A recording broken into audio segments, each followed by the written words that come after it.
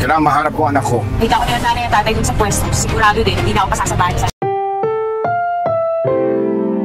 Ang programang ito ay rated SPG. Striktong patnubay at gabay ng magulang ang kailangan. Maaaring may masiselang tema, lengguwahe, karahasan, sexual, horror o droga na hindi angkop sa mga bata.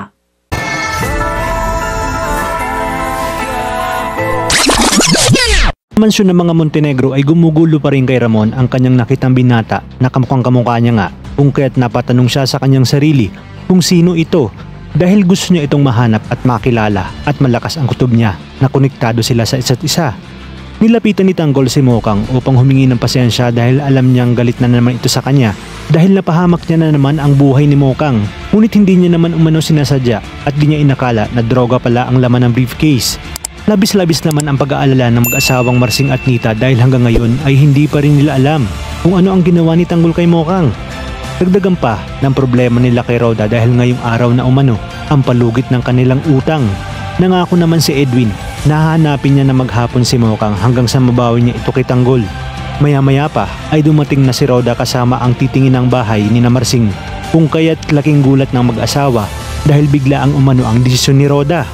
Sinabi ni Ramon sa kanyang papa na hindi na nga siya makapaghintay at gusto niya nang makita ang humablot ng briefcase kay Greg dahil nga sa kutob niyang anak niya ito. Dagdag pa niya na hindi siya naniniwala sa mga sinasabi ng ampon nitong si Olga. Inumpis ka naman ni Mang Berting ang barili na Tanggol para nga daw tuluyan na silang magbago dahil hanggat may baril sila ay patuloy silang papatay. Ayon pa kay Berting na mga bata pa si Tanggol at malaki pa ang pag-asa nilang magbago. Sinabi ni Mokang na gusto niya talagang makita ang kanyang nanay at tatay dahil pakiramdam niya ay nag-aalala na ang mga ito sa kanya. Kung kaya't sinabi ni Tanggol na pupuntahan nila ito at sasamahan niya si Mokang. Pinaghanda na nga ni Ramon si Severino para sa kanilang pagbalik sa Quiapo upang hanapin ang lalaking tumangay ng briefcase.